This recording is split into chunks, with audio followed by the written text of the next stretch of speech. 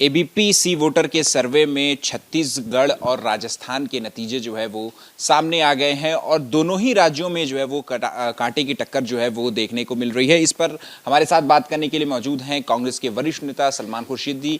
सलमान साहब, छत्तीसगढ़ और राजस्थान के जो एग्जिट पोल हैं एबीपी सी वोटर के वो सामने आ गए हैं। छत्तीसगढ़ की अगर हम बात करें तो छत्तीसगढ़ में बीजेपी को 36 से 48 सीटें मिलने का अनुमान है, तो वहीं कांग्रेस को 41 से 53 सीटें का मिलने का अनुमान है। तो कहीं ना कहीं बीजेपी ने छत्तीसगढ़ में जो है वो अपनी सीटों का आंकड़ा डबल से भी ऊपर जो है वो लेकर के जा चुके हैं। देखिए, इस पे कोई टिप्पणी करना इस समय कोई काम की बात नहीं है। मैं ये मानता हूँ कि एग्जिट पोल्स में हमेशा एक्यूरेसी नहीं होती है। कभी थोड़ा सा इधर होते हैं, कभी थोड़ा सा उधर होते हैं, बट जैसा भी है, एक ओवरऑल इम्प्रेशन क्या आता है एग्जिट पोल्स का जो इस समय देखने को मिल रहे हैं, वो ये है कि कांग्रेस की तरफ हवा मुड़ी मुड़ी है। कांग्रेस बहुत बुरे समय में रही, 2 साल 2 वर्ष 2 ढाई 3 वर्ष। हिमाचल से और कर्नाटक से वो बदलना शुरू हुआ, और वो बदलाव अगर शुरू हुआ है तो उस बदलाव को इन एग्जिट पोल्स में स्पष्ट दिख रहा है कि वो बदलाव आगे बढ़ रहा है। अब क्या होता है और कितना होता है, कितना बढ़ता है, कितना घटता है, ये सारी बातें तो 3 तारीख को स्पष्ट हो जाएंगी। लेकिन अगर हम ये देखें कि पूरा जो चित्र निकल कर आता है वो ये है कि कांग्रेस अच्छा लड़ी है।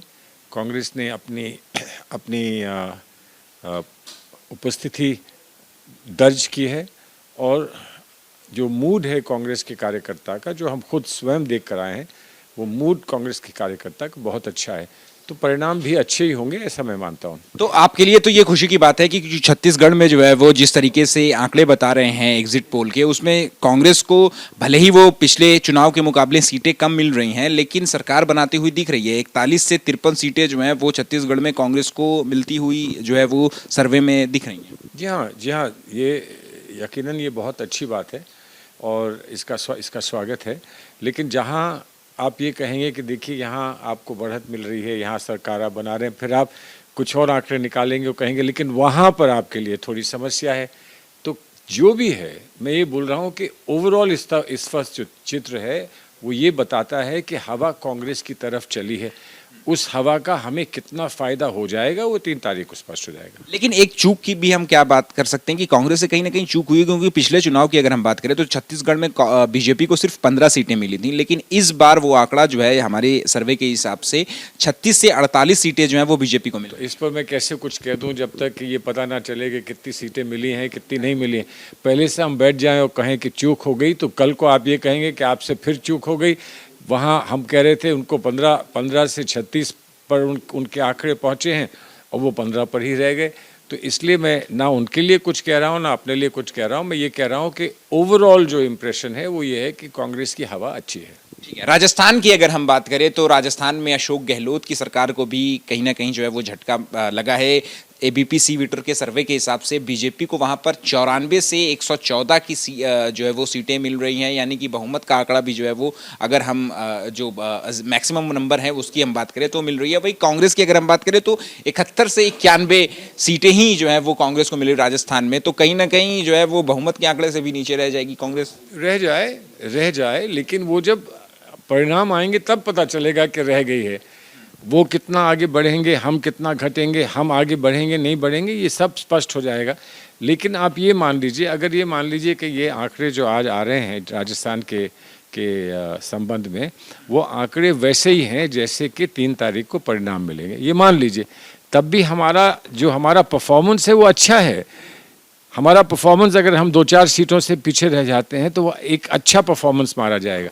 लेकिन हाँ, हम सब चाहते हैं कि हमारी सरकार बने। हम लोगों का विश्वास है, हम ज़मीन को देख कर आए हैं, हमारा विश्वास है कि हमारी सरकार बनेगी। अशोक गहलोत जी की प्रशंसा वहाँ हर एक आदमी करता है।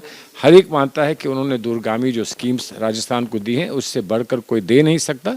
तो अब देखते हैं 3 तारीख को इसके परिणाम क्या आते हैं। लेकिन ये कहीं ना कहीं मैसेज जो आप अशोक गहलोत की वेलफेयर स्कीम्स की जो आप बात कर रहे हैं, क्या लगता है आपको कहीं ना कहीं ये क्या जनता के बीच में गया है? क्योंकि जो आंकड़े बता रहे हैं, अगर बहुमत से नीचे सरकार नहीं बन रही है और पिछले चुनाव से भी कम सीटें आ रही हैं और बीजेपी जो है बहुमत का आंकड़ा पार कर रही है, 114 जो है 91 से 114 सीटें अगर उनको मिल रही हैं, तो फिर कहीं ना कहीं आपकी पार्टी से कहीं चूक हुई? मैं इसीलिए कहता हूँ ना कि मैं सारी चीज़ कहकर बैठ जाऊँ और फिर परिणाम कुछ और आए तो फिर मैं क्या करूँगा, मैं कैसे उस बात को वापस लूँगा? फिर आप खड़े होंगे कि आपने चूक कर दी, आपने उस दिन ये कह दिया, कहना ये था।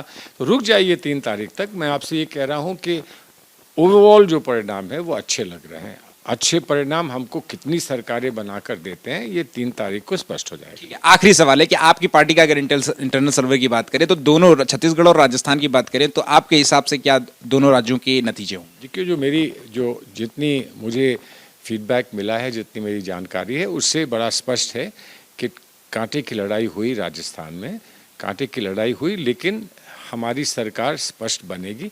छत्तीसगढ़ में तो हम बहुत आगे हैं। ये हमारे अपने जो भी हमको अनुमान लगाने का मौका मिला है और जो हमको सूचनाएं मिली हैं उससे मैं ये कह सकता हूँ।